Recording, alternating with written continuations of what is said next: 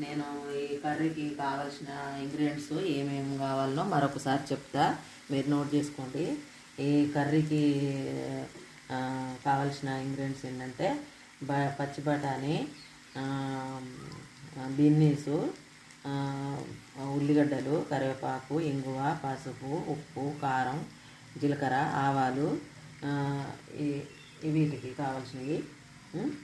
ఇప్పుడు మన curry ready అయిపోయింది ఈ రకంగా.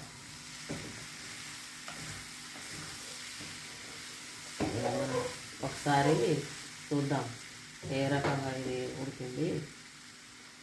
ఎక్కువ టైం ఏం పట్టదు, 10 నిమిషాల్లో అయిపోతుంది.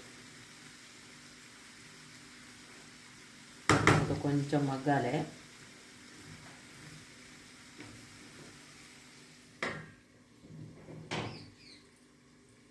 ఇంకా కొంచెం